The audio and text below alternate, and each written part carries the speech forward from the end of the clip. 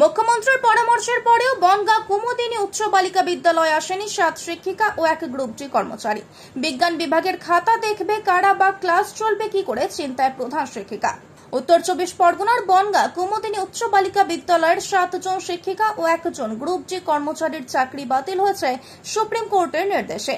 7 জন শিক্ষিকার মধ্যে 3 জন শিক্ষিকা বিজ্ঞান বিভাগের, ফলে বিজ্ঞান বিভাগের খাতা দেখবে কারা বা ক্লাস নেবেন কারা তা নিয়ে চিন্তায় রয়েছেন প্রধান শিক্ষিকা।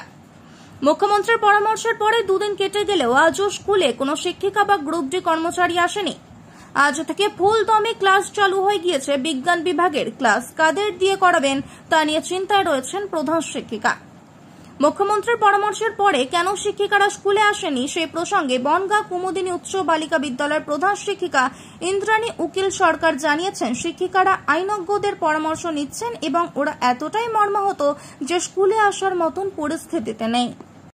আমাদের স্কুলে 7 জন শিক্ষিকা, তার সাথে একজন গ্রুপ ডি স্টাফ আছে। শিক্ষিকাদের মধ্যে 5 জন উচ্চ মাধ্যমিক স্তরে, 2 জন মাধ্যমিক স্তরে।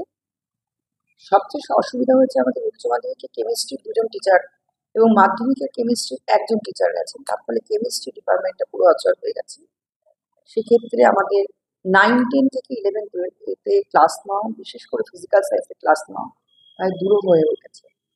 পরীক্ষা কোনোভাবে চলে গেছে, কিন্তু ক্লাস যখন পুরো চালু হচ্ছে পরীক্ষার পরে, আজকের থেকেই পুরো মাত্রায় ক্লাস চালু হয়েছে। 7 তারিখে পরীক্ষা শেষ হয়েছে। আমরা বুঝতে পারছি না যে এই ক্লাস মেকআপ করবো কি করে, কাকে দিয়ে আমরা সায়েন্সটা পড়াবো।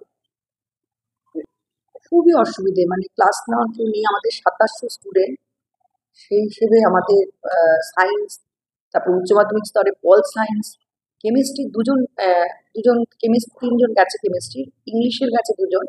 তাহলে সব বিভাগই আমাদের ভীষণভাবে অসুবিধা হয়েছে। কারণ এরা কিন্তু শুধু কেমিস্ট্রি তো পড়াতো না, তার সাথে ফিজিক্যাল সায়েন্স পড়াতো, যে ইংলিশের ছিল সে সব লেভেলে ইংলিশ পড়াতো।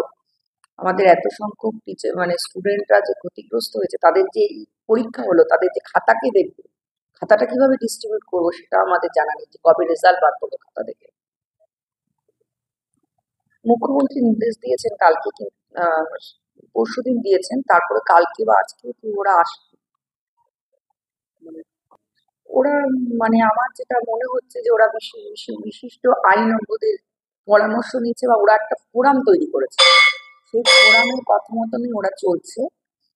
আমরা যোগাযোগ করেছিলাম, তো ওরা সেইভাবে সুনির্দিষ্টভাবে বলতে পারছে না।